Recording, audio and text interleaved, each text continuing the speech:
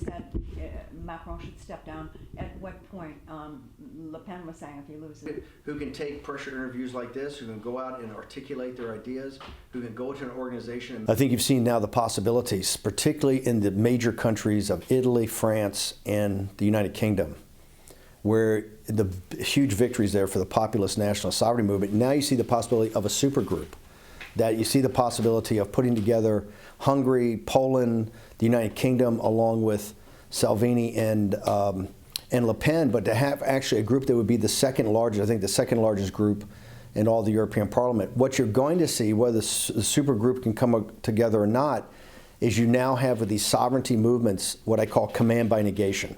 You certainly have a critical mass that can start to block things. And as I say, I think every day is going to be, in Brussels, is going to be Stalingrad. Return 1 minute. Nevertheless, in Europe, you say it's a historic moment. You explained why. Nevertheless. No, if you look at Italy, France, and the United Kingdom, you essentially today have victories for populist nationalist parties. And also look at what happened in Poland and in Hungary.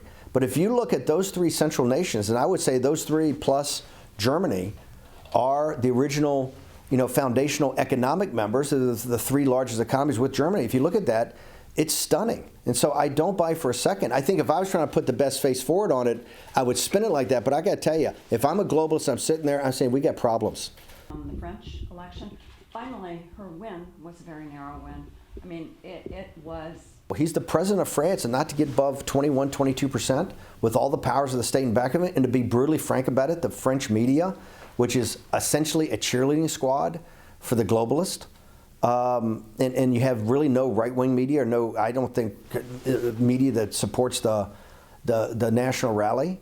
It's extraordinary he got that. That is, he suffered a significant defeat.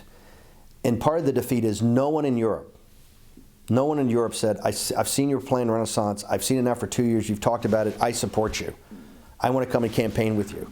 And so I think it was a devastating loss yesterday. It's going to be if Soros is a left-wing version, will be the right-wing version. So because you say, you're mentioning Le Pen, you're mentioning Salvini. That we're not in an era of persuasion.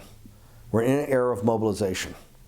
People, because of the internet, because of the the way they come to news, they come to information, the way that a lot of these political parties are almost aspirational lifestyles, this whole disintermediation of the mainstream media around Facebook Live with campaigns by Salvini and Bolsonaro and people like Nigel Farage and AOC in the United States. You're now seeing an era of mobilization. And I thought what you saw yesterday was a terrific job of mobilization by the Greens, and they are going to be a significant factor. And anybody who doesn't think they're not doesn't understand how trends develop in politics, but they're going to be quite substantial going forward. Macron should step down. At what point, Le Pen was saying if he loses